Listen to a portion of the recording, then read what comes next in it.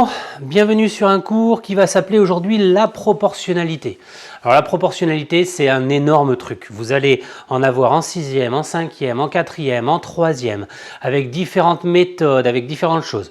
On fait bien attention, s'il vous plaît, de bien suivre l'évolution, parce que en fait, dans la vie de tous les jours, on n'a pas forcément l'habitude d'utiliser la proportionnalité comme on va l'utiliser nous là par exemple cette année. Faites attention quand vous demandez aux parents, ils vont peut-être vous donner des petites techniques, des petits trucs. Ok, très bien, ça marche leur technique. Mais nous, on va faire ça doucement pour essayer de bien comprendre ce que ça veut dire la proportionnalité. Et ça se fait sur la 5e, la 6e, la 5e, la 4e, la 3e, de manière un peu progressive. Donc c'est un gros morceau, la proportionnalité, donc on essaye de bien suivre. Ce n'est pas très compliqué, mais ça nécessite d'avoir les bons outils et de comprendre comment ça fonctionne. Alors, l'idée principale de la proportionnalité, c'est quand on a deux grandeurs qui, alors c'est cette notion d'évoluer en même temps. C'est-à-dire je vais avoir la grandeur 1, la grandeur 2, et si je prends un peu plus de ça, je vais prendre plus de ça. Si je vais prendre moins de ça, je vais prendre moins de ça. Et donc c'est cette idée de deux grandeurs qui évoluent en même temps. Regardons des petits exemples. Alors, le prix de l'essence et le nombre de litres dans mon réservoir. J'ai le prix de l'essence et le nombre de litres dans le réservoir. La question est-ce que ça évolue en même temps ou pas? Si j'ai plus d'essence, est-ce que j'ai plus de prix? Est-ce que j'ai plus de litres? Si j'ai plus de litres, est-ce que j'ai plus de prix? Est-ce que ça fonctionne bien? Eh bien oui, ça fonctionne bien. Ça, c'est proportionnel. Hop, je me pousse un peu. Un robinet ouvert et le nombre de litres perdus. Donc, j'ai mon nombre de litres. D'accord?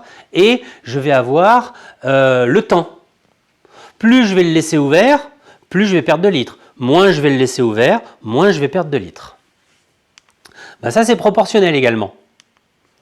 Le temps et le nombre de poissons que je pêche. Je vais à la pêche, nombre de poissons, le temps. Plus je passe de temps, plus j'ai de poissons. Moins j'ai de poissons, moins j'ai de temps. Ben ça ne marche pas parce qu'il n'y a aucune régularité là-dedans. Je peux passer 2 heures et pêcher aucun poisson parce que je suis nul à la pêche, ou j'y peux passer 20 minutes et en prendre 5 parce que j'ai de la chance et que je suis un bon pêcheur.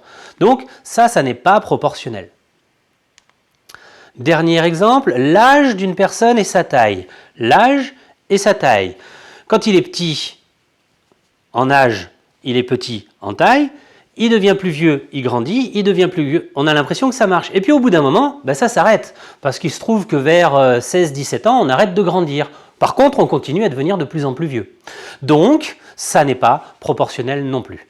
Donc il faut faire attention. C'est bien cette notion de deux éléments qui évoluent, mais ça évolue toujours en même temps, l'un en fonction de l'autre. Alors, comment est-ce qu'on va faire? Eh bien, pour se débrouiller, on va bien souvent travailler à partir d'un tableau. Et dans ce tableau, on va marquer ces deux grandeurs physiques que j'évoquais tout à l'heure. Le temps, la masse, qu'est-ce qu'on avait d'autre tout à l'heure? L'âge, la taille. Et donc, on va mettre ça dans un tableau et on va pouvoir comparer nos données. C'est-à-dire, on va avoir la grandeur numéro 1, la grandeur numéro 2, puis on va mettre qui correspond à quoi, et on va vérifier que pour passer de l'un à l'autre, c'est toujours la même multiplication qui fonctionne, dans un sens la multiplication, ou dans l'autre sens, la division. Et bien si on a ça, ça fonctionne, ça veut dire que c'est proportionnel. On passe d'une grandeur à l'autre, en multipliant ou en divisant, toujours par le même coefficient. Deuxième petite technique qu'on va pouvoir utiliser, ce que j'appelle, entre nous en classe, le bidouillage de colonnes. Parce que là, on voit bien que ça marche d'une ligne à l'autre. Pour passer de là à là, je multiplie par 5, donc l'inverse, je diviserai par 5. Pour passer de la première à la deuxième, je divise par 4, donc dans l'autre sens, je multiplierai par 4. Ça, ce sont les lignes. Mais moi, je vous propose également de bidouiller les colonnes. C'est-à-dire, regardez bien, on a 3, on a 6, donc on voit bien que pour passer de l'un à l'un, c'est 1 fois 2. Ici, on a aussi 1 fois 2. Ici aussi, on a 1 fois 2. Et ici aussi, on a 1 fois 2. Donc c'est bien un tableau de proportionnalité, il n'y a pas de problème. Eh bien regardez, si je prends 3, si je prends 5, que je les additionne, ça me donne 8. Eh bien je fais pareil en bas. 6 et 10, je les additionne, eh bien ça me donne 16.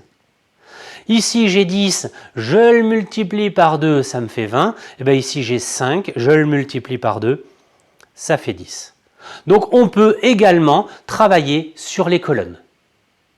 Voilà pour l'idée de la proportionnalité. J'ai découpé le cours en deux parties, la suite dans la prochaine vidéo où on va voir sur différents exemples comment se débrouiller pour faire des exercices qui parlent de proportionnalité. Allez, bon courage à vous, à bientôt!